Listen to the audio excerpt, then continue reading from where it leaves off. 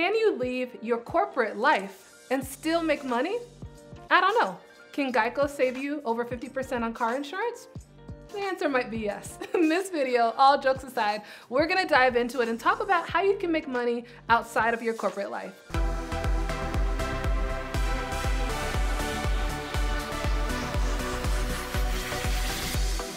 I'm LizJSimpson, founder of The Big Money Movement, accompanied by Cheryl Parks and Heather Petherick, our esteemed coaches. And together, week in and week out, we help women entrepreneurs land 5- and 6-figure corporate clients. And so I think this question is really special because it's something that we see, and it's a concern that we know individuals really have.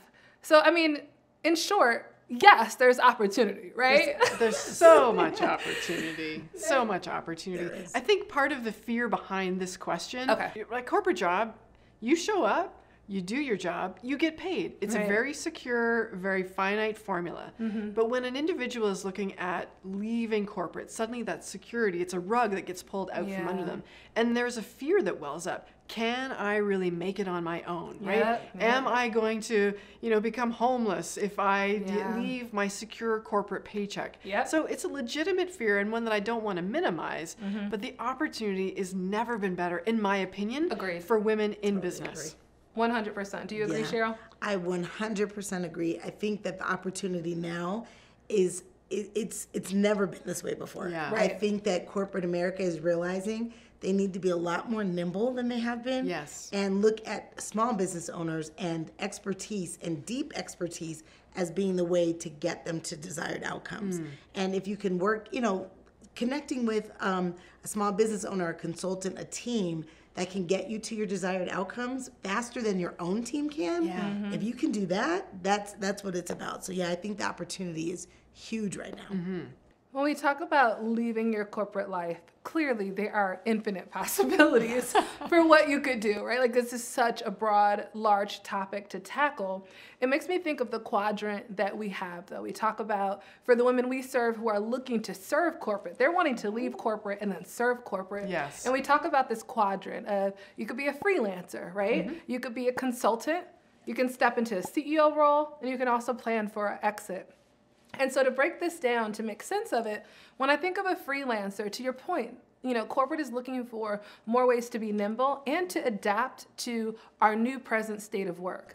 And so that means oftentimes they're looking, consider this the gig economy. They're looking for outside consultants or contractors who they bring in. And so you're freelancing, you might be performing similar tasks as you would have had as an employee, but now you're doing it with a little bit more autonomy. And no benefits, right? So you could be a freelancer. And then we talk about stepping into the quadrant of the consultant. And what we mean by this quadrant is I'm really stepping into thought leadership, right? I'm not looking at really being a box checker and just a bench member to an organization, but I'm now really presenting myself as a thought leader, an advisor. I have my own frameworks, my own approach. I'm doing more project-based contracts or delivery. And then you can step into the CEO activation, what we call a CEO quadrant. And that's where, to your point, Cheryl, where you mentioned it, I really have this vision of building a team, right? I might have employees. I might have a bench of consultants myself as I'm serving corporate America. And then the fourth quadrant is really the idea of I'm looking to build something beyond myself that one day will leave a legacy. Either I sell it, I look at an M&A, merger and acquisition, or maybe I transition to a family member. So there's so much possibility. When I talk about that, what does that spawn for you all when you think about just those possibilities? Well, for me, it just it underscores the opportunity, right? That leaving corporate doesn't mean that you have to be a solopreneur. Yes, you could be a freelancer, you can be a consultant, you can be in the CEO activation role, right? And so there's many sizes to being a business owner, many different ways to fit. So often it's understanding who you are. Why are you considering leaving corporate? What about it is the chafe or the rub that you're looking to resolve? And what are the benefits that you're looking to gain? Is it autonomy? Is it uncapped income potential?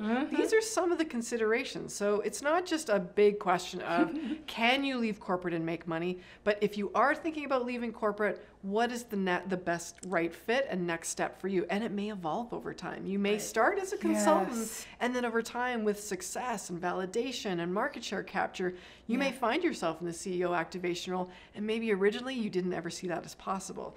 100%. So all that is to say, when I look at these quadrants and this question of, can I leave corporate and still make money? There are so many options and so many right sizes for a woman to choose. I almost want to interject because, you know, having created the big money movement, I'm like, if you leave it, not only should you make money, you should make better money. Way better. Right. Yeah, way better. That should be the goal. And from my perspective, right? Yes. I have a philosophy. My ideology is that I think that for those of us who have the ability to, we should make more money so that we can create more opportunities for others or contribute to causes that we care about, experience the freedom. That's like this ambiguous phrase that people throw out.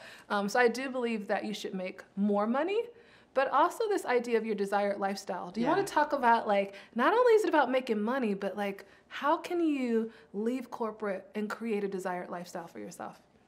So I'm going to jump in on this one. So I think that traditionally we've always created a lifestyle around work and or your business, right? Right. So even when there were entrepreneurs, small business, mid-sized business owners out there, it was like your life was around that. You know, it was a pattern of, you know, get up, go to work, come home, go to bed, eat dinner with the family, go on vacation. And now what you find is that entrepreneurs and business owners are actually creating the business around the life they want. So we have members in Big Money Movement that actually have said, listen, we just had a member that just came back this last week. She took, I want to say 4 or 5 weeks off and traveled with her family. Yes. Because she wanted to have that time with her family to just enjoy herself and actually be away from work.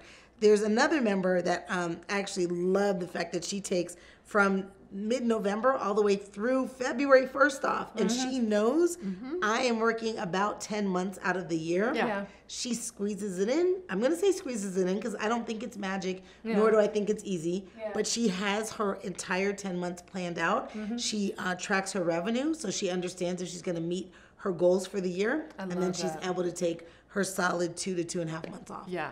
What corporate job is going to allow you 3 months off? Not too many. So I love this question or this point around, you know, it is about making money, meeting our obligations, maybe creating a legacy for family and friends, but it's also around what opens up in terms of compensation on your time, right? Yes. Having the time. And also I think what comes up for me is the ability to make an impact where we really want, right? What is the work that is most meaningful for us? And unfortunately, sometimes in a corporate job, our time is not our own. We're told what projects are our priority. We're told what initiatives we need to pull for. But as a woman leading your own business, guess what? You get to decide what's most important and where you're really leveraging your team to create impact. Yeah. Absolutely. What I love about the question by itself is the fact that there is awareness around the need to make money. Yeah. Because I find many times in conversations, there's shame around, should money be a part of this equation? And money's an afterthought, right? And one of the things that we teach in the Big Money Movement is all about, okay, I love that you said, you're first looking at how much revenue needs to come into this business, right? Like if I'm working 10 months, how much revenue needs to come in? And I think, yes, you can make good money if your intention is to make money. It's not an afterthought. You know, there are people who through relationships and network, it's like deals fall in their lap. Yeah, sure. But they are far and few in between. Most of the women we see, there's intention behind it, right? Yes. I'm maximizing opportunities, I'm identifying opportunities, I'm creating opportunities, and I'm making sure that these opportunities fit and help me meet my revenue goal. So I love that this person is asking, can I make good money? Yes. How much do you want to make? Right. What are your goals? Let that be your North Star so that you don't lose sight of that. Right. Yeah. Speaking of leaving corporate life and making money, I'll use a specific example, right? Yeah. So we don't have to be as ambiguous.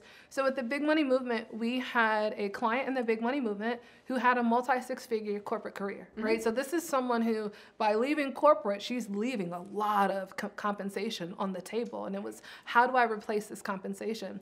And what's incredible is because she follows the principles that we teach, right? Maximizing your network. Like, it's building a bridge, right? Like, especially if you're going to leave corporate and you know that's your goal, how can you leverage those relationships to build a bridge? And so that's what she did. So she left corporate, and within 90 days of being in the big money movement, she landed a $290,000 deal. One client, one deal, right? So one client, one deal matched her whole annual compensation in corporate America, right? So that's the reality. Versus we have another client, I'll call her Rihanna, right? Yeah. And so everyone, we talk about timelines. I don't want to make it seem like it's a magic pill, because it's not. You got to work for it, right? And so we have Rihanna on one hand, who within 90 days closed a $290,000 deal. And we have Rihanna on the other hand, who worked for 9 months to get her first six-figure deal. Yes. But guess what? That six-figure deal for her was actually more than she had made in any job, right? Like you said, it's phenomenal opportunity, but it's also the work that they put in and surrendering to the process and the journey, right? Yeah. So we understand, as we always say, success leaves clues. We understand that they're coming in. There's some fear. It's, stepping outside your comfort zone, but they're embracing the journey and saying, okay, I'm going to go for it. I'm going to follow the journey that you laid out, and they stay engaged all the way. Can you critique this? Can you take a look at this? What do you think about that? Showing up on the calls. And even if they're not, they're putting in questions to make sure they're getting their questions answered so that they can stay on the path. What I particularly love inside of the big money movement is this beautiful combination and balance between encouraging our members to adopt the right mindset, leadership mindset, abundance mindset, positive mindset, but also it's met with proven tools, processes, tactics that we know work time and time again to engage our buyer, discover their pains and their needs and the goals or outcomes that they're looking for, and then a really tight proposal process of what we know works to win major 5- and 6-figure deals. It's this beautiful balance of the mindset and the becoming the woman who is that executive, and the tangible tools, strategies, and know-how of how to get it done. And that, to me, is some of the secret sauce inside of the big money movement. Right. And speaking of secret sauce, when we talk about these are women who took the same skills that they were leveraging in corporate. They left and they made better money using those tools. And if you want to know how to take the skill set you have right now and get corporate clients for your business, we're going to touch on that in our next video. Click that next video. We'll see you there. Bye.